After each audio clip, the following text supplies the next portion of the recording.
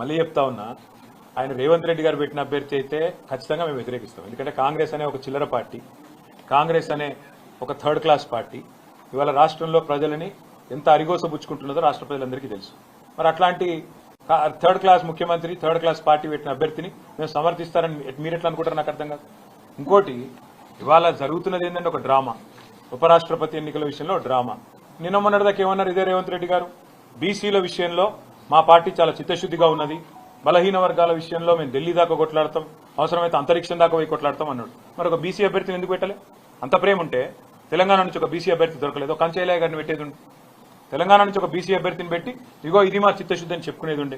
అంటే బీసీల మీద ప్రేమ మాత్రం నోట్లోనే ఉంటుంది. మళ్ళీ ఎన్నికలు నిలబెట్టే టైంకి వచ్చే వరకు మాత్రం బీసీలు కనబడరు మీకు. అట్లాంటి మీ మాటలు మేము నమ్మాలి, మీ మాటలు నమ్మి మళ్ళీ మీ వెనక నిలబడాలి.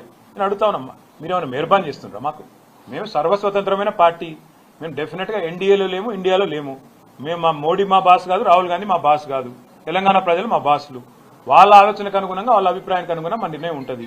ఇక్కడ ఒకటి మాత్రం వాస్తవం, రెండు పార్టీలు దొందు దొండేనండి.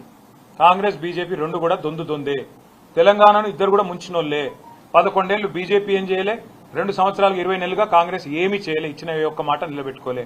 ఆ ఇద్దరు అభ్యర్థులను మేము అంత సీరియస్ గా తీసుకోవాల్సిన అభిప్రాయం ఆలోచన ఉంటుందని నేనైతే వ్యక్తిగతంగా అనుకోను. కానీ పార్టీగా, ఎందుకంటే నా ఒక్కడ అభిప్రాయం పార్టీ అభిప్రాయం కాదు, పార్టీగా మేము కూర్చుని ఆలోచించి డెఫినెట్ గా మా ఎమ్మెల్యేలు ఉన్నారు, మా ఎంపీలు ఉన్నారు, మా ఎమ్మెల్సీలు ఉన్నారు, మా ఇన్ఛార్జీలు ఉన్నారు, మా స్టేట్ కమిటీ ఉంది, అందరం అవసరమైతే పెద్దలు కేసీఆర్ గారితో మా అభిప్రాయాలు చెప్పి ఒక పార్టీగా నిర్ణయం తీసుకుంటాం. వ్యక్తిగతంగా నేను అనుకోవడం మాత్రం రెండు కూడా దొందు దొందే, కాంగ్రెస్ బీజేపీ రెండు దొందు దొందే. రెండు తెలంగాణకు పనికొచ్చే పార్టీలు కాదు, రెండు ఢిల్లీ పార్టీలే. వాటిని పట్టించుకోవాల్సిన అవసరం కానీ, వాటి రాజకీయం గురించి ఆలోచించాల్సిన అవసరం కానీ లేదు అనేది వ్యక్తిగతంగా నా అభిప్రాయం.